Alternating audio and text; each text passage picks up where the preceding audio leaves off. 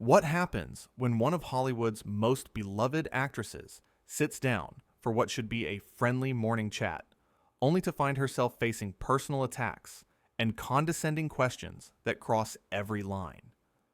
In just 44 seconds of shocking commentary, a respected television host would destroy her own reputation and force a guest to make a choice no one saw coming.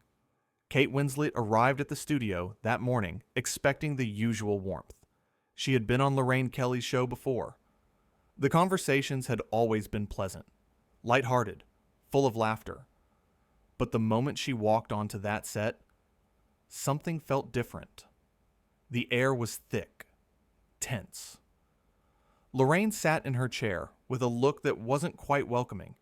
It was something else, something sharper. "Kate, darling, welcome back," Lorraine said, her voice dripping with false sweetness. "Please, sit down. We have so much to discuss." Kate smiled politely and took her seat. Beside Lorraine sat two other panelists. There was Marcus, the entertainment reporter who usually kept things light, and Jennifer, a lifestyle columnist known for her bubbly personality. Both of them exchanged uncertain glances as Kate settled in. "Thank you for having me," Kate said warmly. "It's always lovely to be here." "Well, we're thrilled you could make time for us," Lorraine said, her tone already carrying an edge. "I know how incredibly busy you must be. So many projects, so many demands on your time. Tell me, how do you manage it all at your age?" The studio went quiet. Marcus shifted uncomfortably in his seat. Jennifer's smile faltered. Kate blinked, processing what she had just heard. "I'm sorry, at my age." "Well, yes," Lorraine continued, leaning forward. "You're not exactly a spring chicken anymore, are you? I mean, you've had an incredible career, truly remarkable. But let's be honest. Hollywood isn't exactly kind to women once they reach a certain point.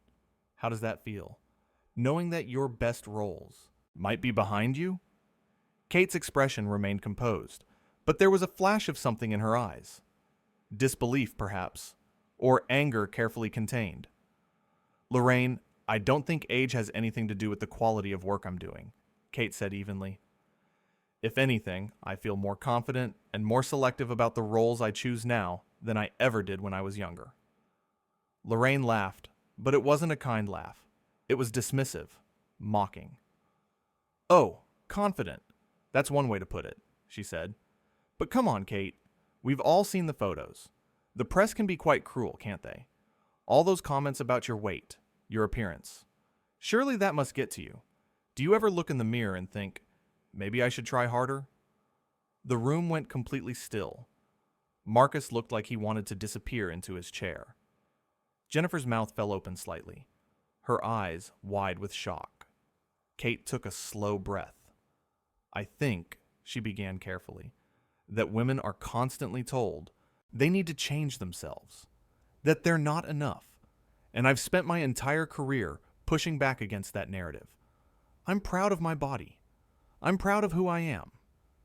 "That's very brave of you," Lorraine said, and the word brave sounded like an insult the way she said it. "Very brave indeed. But let's talk about your recent film. I watched it, and I have to say, I was a bit surprised by some of your choices. The scenes were quite revealing. At your stage in life, was that really necessary? Or was it more about proving you've still got it?" Kate's jaw tightened. "Those scenes were integral to the story. They weren't about proving anything. They were about truth, about vulnerability." "Vulnerability," Lorraine repeated, smirking. "Is that what we're calling it now?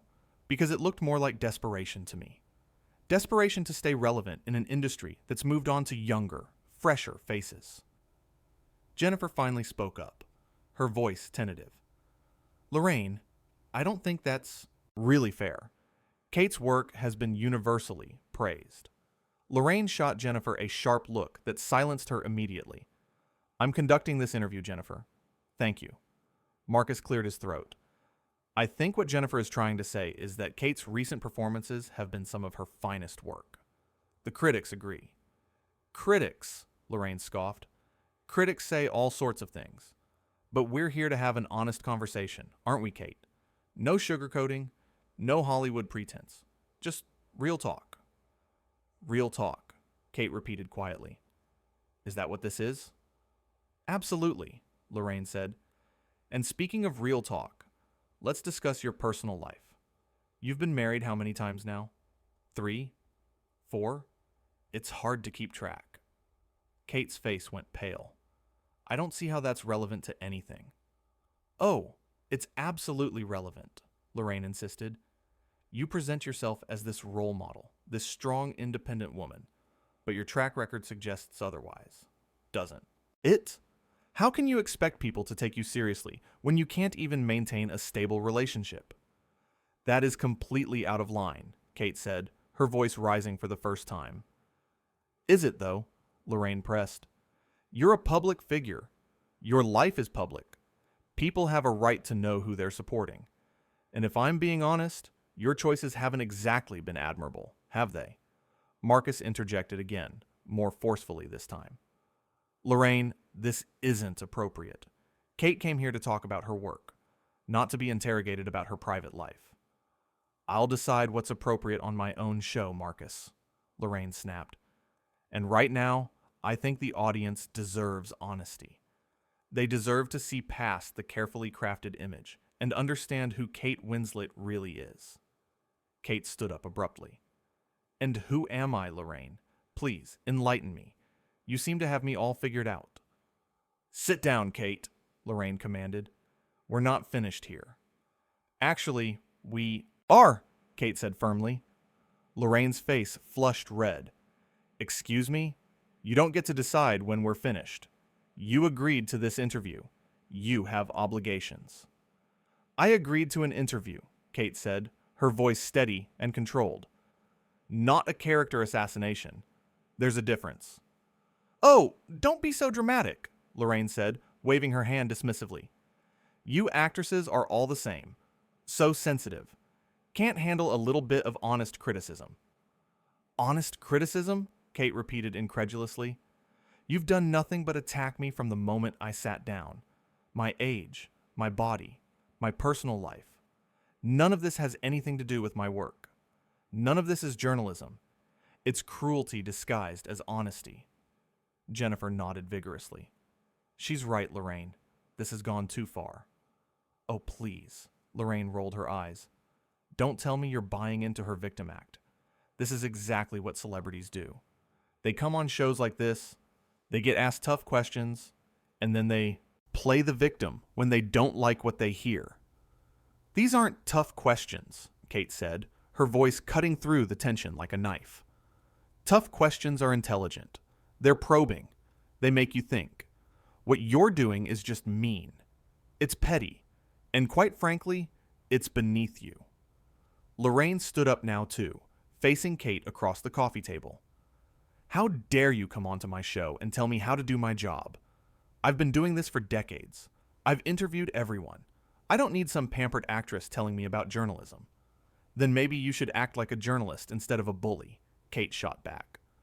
The studio audience, which had been silent up until this point, began to murmur. Some people gasped. Others started whispering to each other. Lorraine's face went from red to almost purple. A bully? You're calling me a bully? On my own show? If the shoe fits, Kate said calmly. Marcus stood up and positioned himself between them. Okay, let's all. Just take a breath here. This is getting out of hand. Stay out of this, Marcus, Lorraine barked. No, I don't think I will, Marcus said, surprising everyone. Because Kate is right. This stopped being an interview about 20 minutes ago. This became something ugly, something mean-spirited, and I don't want to be part of it anymore. Lorraine looked at him like he had just slapped her. You're taking her side? I'm not taking sides, Marcus said. I'm just pointing out what everyone in this room can see. You've been attacking her relentlessly. And for what? What did she do to deserve this? She didn't do anything, Jennifer added quietly. That's what makes this so awful. Lorraine spun around to face Jennifer. Oh, so now you're all ganging up on me? On my own show? This is unbelievable. What's unbelievable, Kate said, is that you thought any of this was acceptable. That you thought you could sit there and tear me apart, and I would just smile and take it. That's not happening. You signed a contract, Lorraine said desperately. You can't just leave. Watch me, Kate said. She turned and started walking toward the edge of the set. Lorraine rushed around the coffee table, trying to block her path. Kate, wait. Just wait, Lorraine said, her voice changing now, becoming almost pleading. We can talk about this. We can get back on track. Kate stopped and looked at her. Really looked at her. There is no getting back on track, Lorraine. You showed me exactly who you are today, and I'm not interested in pretending otherwise. But the interview, Lorraine stammered. We have 12 more minutes. The schedule. I don't care about your schedule, Kate said simply. I care about my dignity, and I'm not going to sit here and let you strip that away for entertainment. Jennifer walked over and stood beside Kate. I think I'm done too. Lorraine's eyes went wide. Jennifer, you work for this show. Not anymore, Jennifer said quietly. I can't be part of something like this. It goes against everything I believe in. Marcus hesitated for a moment. Then he too walked over to join them. I'm with them. Lorraine stood there, abandoned in the middle of her own set, her mouth opening and closing, but no words coming out. Kate looked at her one last time. You know what the saddest part of all of this is, Lorraine? I actually respected you. I thought you were one of the good ones. Someone who built other women up instead of tearing them down. But I was wrong. And that's disappointing. Kate, please, Lorraine tried one more time. Don't do this. Think about what this will look like. I am thinking about what this looks like, Kate said. It looks like a woman standing up for herself. It looks like someone who knows her worth and refuses to be diminished. And I'm perfectly fine with that. With that, Kate Winslet walked off the set. Jennifer and Marcus followed close behind her. The studio audience sat in stunned silence. Some of them started to applaud, slowly at first, then growing louder. Lorraine stood alone, the sound of applause ringing in her ears, but none of it for her. A producer rushed onto the set, whispering frantically into Lorraine's ear. She shook her head, still looking shell-shocked. We need to go to commercial, the producer hissed. Lorraine finally seemed to snap back to reality. She looked directly into the camera, and for just a moment, something like panic flashed across her face. We'll be right back, she said, her voice shaking slightly. But in the hallway backstage, Kate was already removing her microphone. Her hands were steady. Her expression was calm. Are you okay? Jennifer asked her. Kate nodded. I'm fine. Better than fine, actually. I should have done that 20 minutes ago. Marcus smiled at her. That was incredibly brave. It wasn't brave, Kate said. It was necessary. No one should have to endure that. Not for ratings. Not for anything. A member of the production team approached nervously. Miss Winslet, I'm so sorry about what happened in there. That wasn't supposed to go like that. Kate looked at them kindly.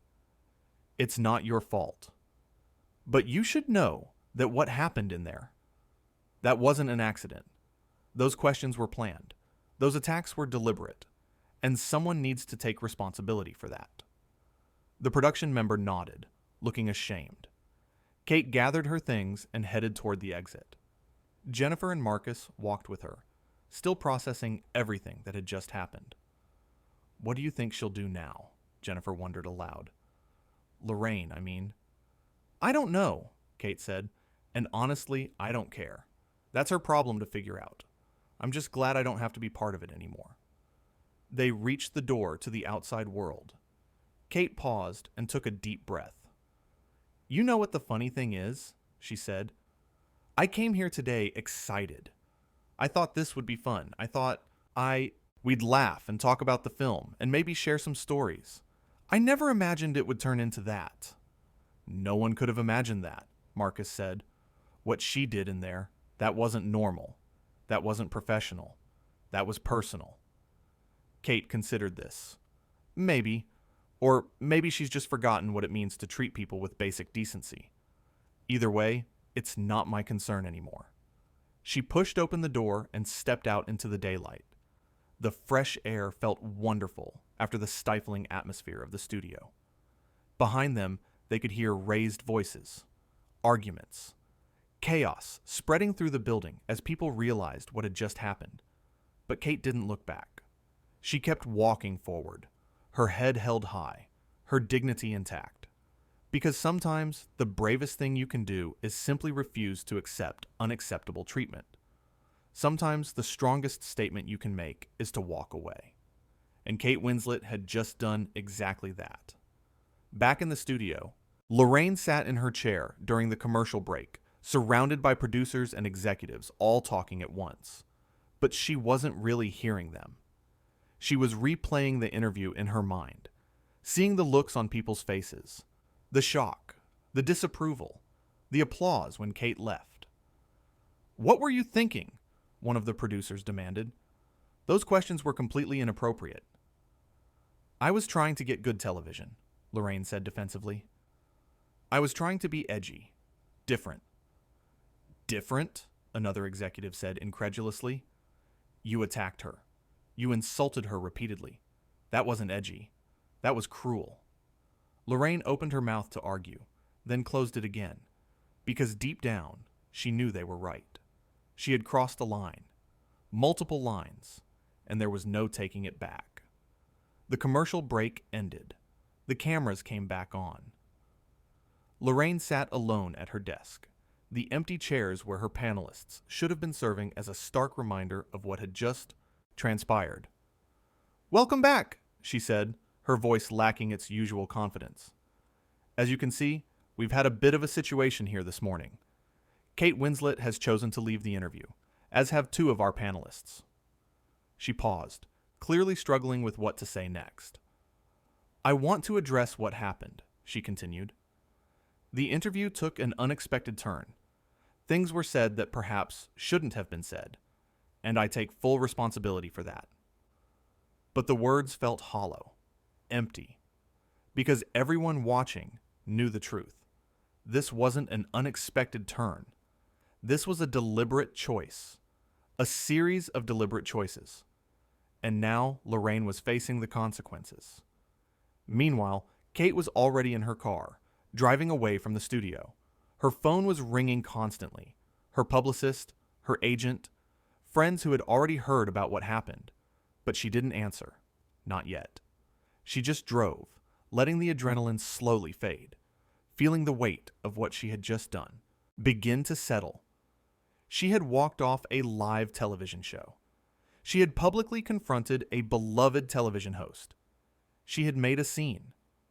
And she didn't regret it for a second. Because respect isn't something you should have to beg for. Dignity isn't something you should have to fight to maintain. And when someone shows you who they really are, you should believe them. Lorraine Kelly had shown Kate exactly who she was that morning. Someone who would sacrifice kindness for ratings. Someone who would weaponize personal information for entertainment. Someone who had forgotten that the people sitting across from her were human beings deserving of respect. And Kate had shown Lorraine exactly who she was, too. Someone who knew her worth. Someone who wouldn't be diminished. Someone who would walk away from toxicity, no matter how bright the spotlight. The interview that was supposed to last 30 minutes had ended in less than half that time. But in those brief moments, something important had happened. A line had been drawn. A stand had been taken. And 3 people had walked off a set with their integrity intact, while one person remained behind, facing the ruins of her own making. Because in the end, that's what happens when you forget that kindness matters more than ratings. When you forget that real strength comes from lifting people up, not tearing them down. When you forget that every person, celebrity or not, deserves to be treated with basic human decency. You end up sitting alone in a studio, the cameras still rolling, with nothing left to say and no one left to say it to. And that's exactly where Lorraine Kelly found herself. Alone with her choices. Alone with her words. Alone with the realization that in trying to create a memorable television moment, she had created one for all the wrong reasons. The show continued awkwardly, with Lorraine trying to salvage what was left of the program. She introduced pre-recorded segments. She read from her notes. She smiled at the camera, but everyone watching could see through it. The damage was done. The mask had slipped, and there was no putting it back on. In her car, Kate finally answered her phone. Her publicist's voice came through, frantic and worried. "Kate, what happened? Everyone's calling. The video is already going viral. Are you okay? Do you want to make a statement?"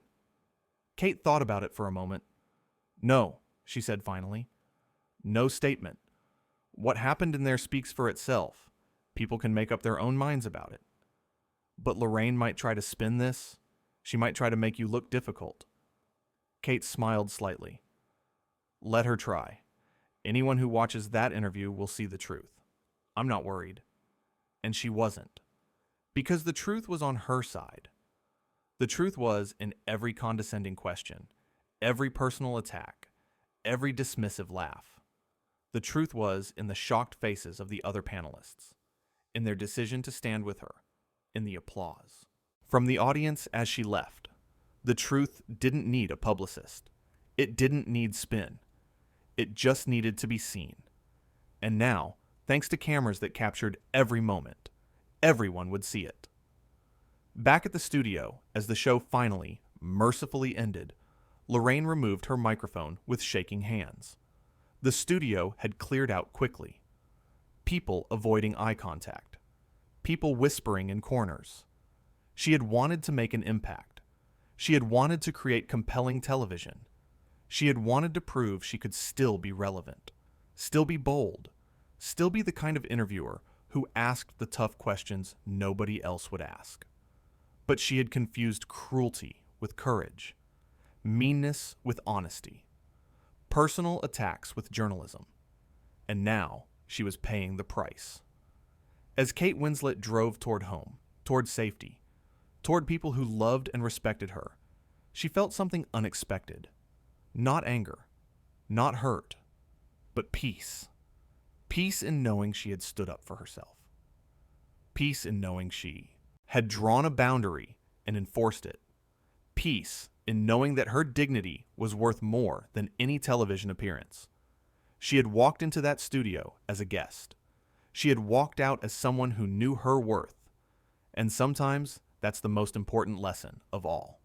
Not that you should never face difficult questions. Not that criticism is always wrong. But that there's a difference between challenging someone and attacking them. Between honest inquiry and calculated cruelty. Between journalism and bullying. Lorraine Kelly had forgotten that difference. Or maybe she had never really understood it in the first place. Either way, Kate Winslet had reminded everyone watching what dignity looks like. What self-respect looks like. What happens when someone finally says, enough is enough. And in 44 seconds of shocking commentary that crossed every conceivable line, a respected television host had destroyed the very thing she had spent decades building. Her reputation, her credibility, her claim to kindness, all of it, gone. Sacrificed for what? For ratings that would never be worth the cost. For a viral moment that would haunt her for years. For the dubious honor of being remembered as the person who was so cruel to Kate Winslet that even her own panelists walked off in protest. That was the legacy Lorraine Kelly had created for herself that morning. Not the legacy of a fearless interviewer. Not the legacy of someone who asked tough but fair questions. But the legacy of someone who forgot that on the other side of every interview is a human being. A human being with feelings, with dignity, with a breaking point. And Kate Winslet had reached hers, not with tears, not with anger, but with the quiet strength of someone who knows when to walk away. That was the real story. Not the attacks, not the insults, not the cruel questions, but the moment when a woman stood up, looked her tormentor in the eye, and said simply, clearly, powerfully, no more. That was the moment that mattered. That was the moment everyone would remember. That was the moment when Kate Winslet showed the world exactly who she was. And it was beautiful.